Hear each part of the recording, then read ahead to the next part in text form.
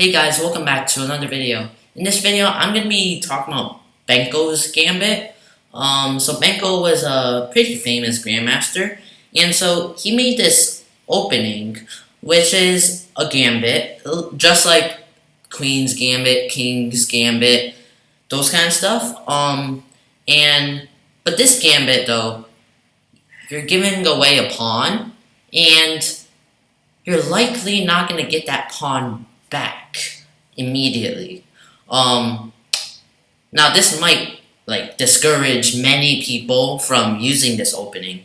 At first I was discouraged for 3 minutes. But then I saw the potential of this opening. So basically it's for black. This is one of the few gambits that could be for black. Like Queen's Gambit and King's Gambit are for white. So basically, as black, you're trading a pawn for some pressure on the queen side of the board. So you're gonna basically open up all of the files on the queen side, so you can get your rooks and your queen down onto the A and B files. So you'll see later what I mean. So let's get started. Okay, so white will probably go with d4, and it's black's opening, so black will go knight here. Now notice how white cannot really play e4. I mean, he can, but I don't see any potential of moving that pawn up. So white might go for some more central space with c4. It's not uncommon. It's kind of like Queen's Gambit. You move the c pawn. But now black throws a punch at the center with c5. And let's say white doesn't want to trade here. Most likely he doesn't want to trade, because then black, I mean this kind of is not part of the opening. But black could go to e4 and attack the white pawn, and black will probably have good control over the center. So white probably wants to maintain his center pawn and push it forward, and at the same time not allowing the knight to go to f6 or c6. And then now here's the gambit. Black moves his b pawn to b5. And that's kind of wow. It amazed me because it's a risk, right? You don't get the pawn back, but you're doing it so you get good positional pressure. Now, this is where it kind of could go off into many different ways. Many ideas have been developed to decline this gambit by knight f3. I don't really see how you could decline the gambit like that. Maybe you're re-gambiting? I don't know. Yeah, so that's one way. But the most challenging way to go on for white is by taking the b pawn. I mean, it's natural. Free pawn, right? Why not take it? And so this is the first step in black's plan. Remember how I said earlier that black wants to open up the queen side of the board so he could get his rooks, his two rooks and his queen on those files and just attack. So this is a really aggressive opening. So black succeeded in taking one of his pawns away. The b pawn. He took the b pawn away, so that leaves one open file for black, the b file. Now, black will likely want to proceed with a6, continuing to sacrifice his pawns, except this time it won't be a sacrifice. This time it will be more like a trade. Now, some players might think, if you're new to Benko Gambit, you might think Queen a5 check. but it won't really work. You're not going to get the pawn because, knight c3 blocks the check and guards the 2 pawns. So a6. That's usually how it goes. And so now there's so many different ways you could proceed with this. So one way might be White might be satisfied. He doesn't want to keep the pawn. Like, what if that's his intention? Like, he knows this is a gambit. Black might have something up his sleeve. So he's gonna be like, okay, Black, you could keep the pawn. It's okay. So this is gonna be a trade. All right. I'm not gonna take your pawn on a6 and allow you to open the files. I'm gonna move my own pawn to f3. And this doesn't have the same twist. This is like a counter, I guess. Yeah. And so Black might take. He might give him good control over the center, or he might play up, try to develop his light square bishop. Many different ways he could proceed, but this is how it might go. So this is one way. White just completely ignores the pawn. He says, okay, I got a pawn already, so let me do this. And he just completely controls the center now. White has a pretty good grasp on the center. And notice how that last move that Black made, he did it, so then, you could open up the queen side of the board. Black might play here and defend. So that's one way. Now, another way that White might decline this. Instead of moving up here and going for the center, he takes a bit subtler approach. b6. And now Black cannot get rid of his pawn on a6 because it is just trapped there. It's by itself. And this kind of makes a weakness in Black. This is probably the best response if you're White and you're playing against this gambit. Because now Black has an isolated pawn, and it's not really that good. And this pawn on b6, White's pawn, it's pretty good, that move, because now, there's many ways to approach this, but Queen takes the pawn is obviously one way. And then now Knight going up to c3 to defend his d4, a d5 pawn, from Knight takes d5. And now Black might continue development like that, develop his light square bishop. Notice how Black can't really make do of his open file because, it's only one file. Black wanted to get rid of his pawn on the A file and the pawn on the B file. Only the B pawn is out. So yeah, that kind of sucks.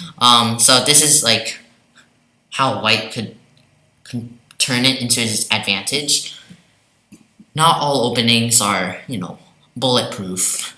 So this is the flaw. So pretty good. Now, White might do something like this, e4. There's 2 ways he could go from here. I mean, there's multiple ways, but there's 2 main ways he could go from here. He could go to e4, continue supporting his center, beautiful center. I mean, Black has counterplay on the queen side, but as you probably heard thousands of times, the center is always more important than the wings.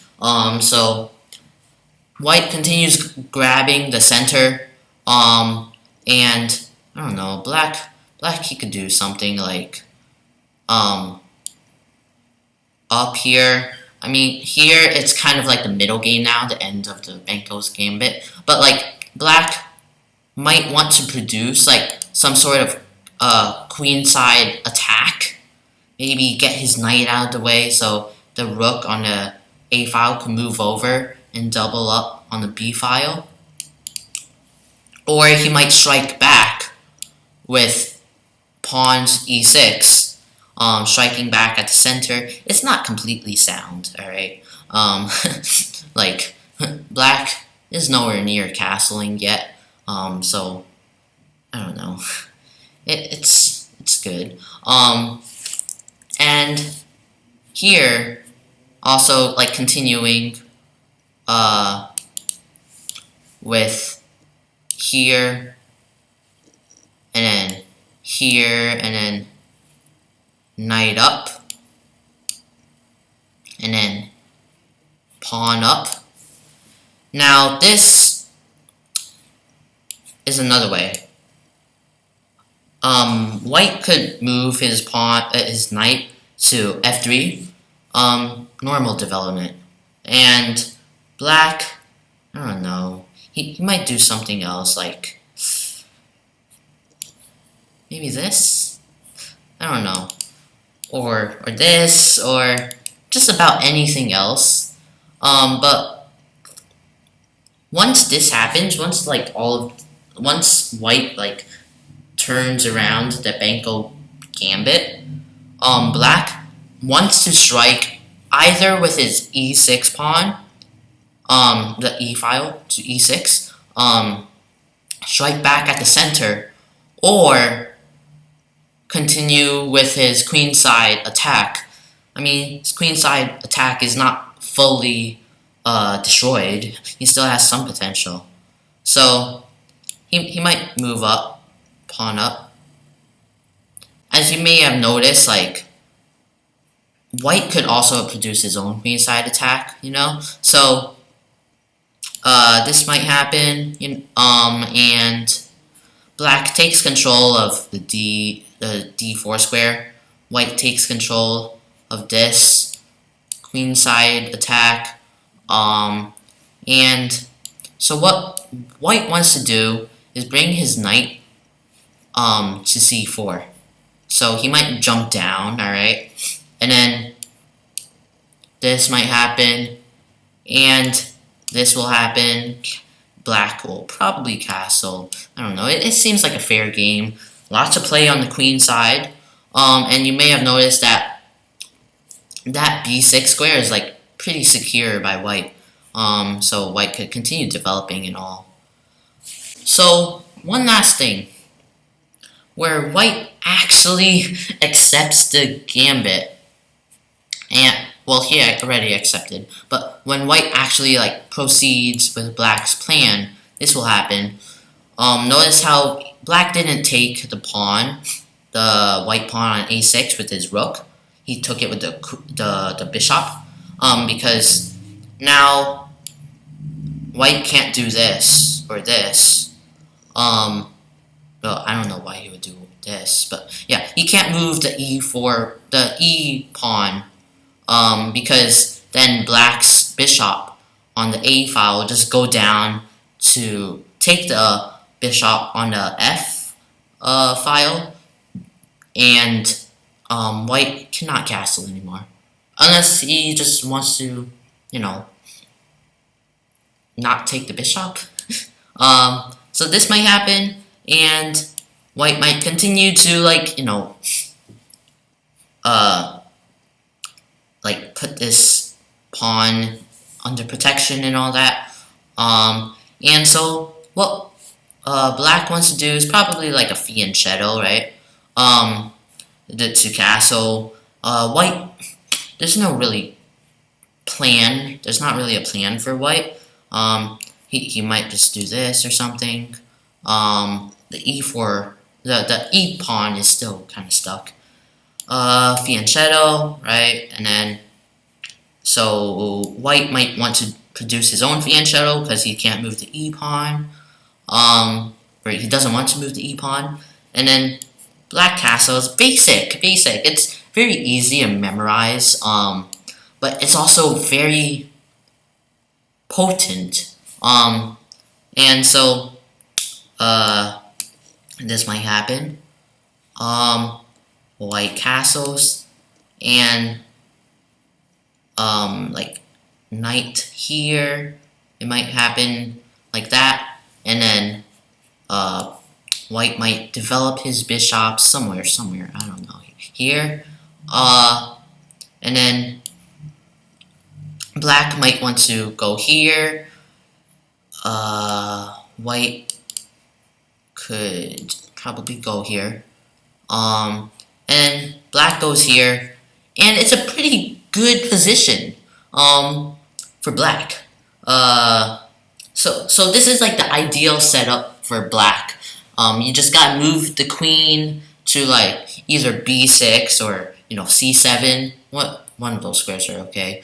You want the both rooks on the A and B files. You want your king castle, the nice fianchetto bishop on a g7, eyeing the queen side. So it's pretty good.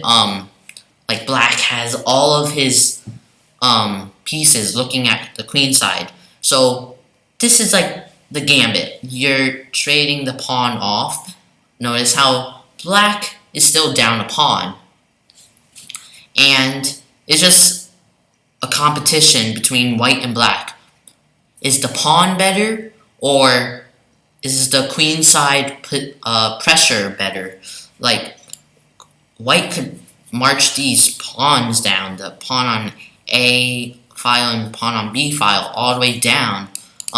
This pawn on the A file has no enemy pawns on the B file, so you could say it's passed pawn, but white probably will not allow that. Black probably will not allow that. So, I mean, black seems pretty solid here. He's not in danger. And yeah, I mean, like, you kind of forget about that missing pawn that black has. So that'll be about it for today's video. Hopefully you guys enjoyed it and learned a lot about this gambit. And hopefully you guys want to play this. I know once I saw this, as I said before, it took me a few minutes to like digest it. Like, oh my god, what's going on? But now I might actually be using this. Actually, this is in like my opening book, and I might choose it to play someday. It's risky, yeah, but chess, like war, is all about risk. You sometimes gotta make some risky moves. So that'll be it for today's video. And be sure to leave a like, subscribe, and click that notifications bell to see more chess videos.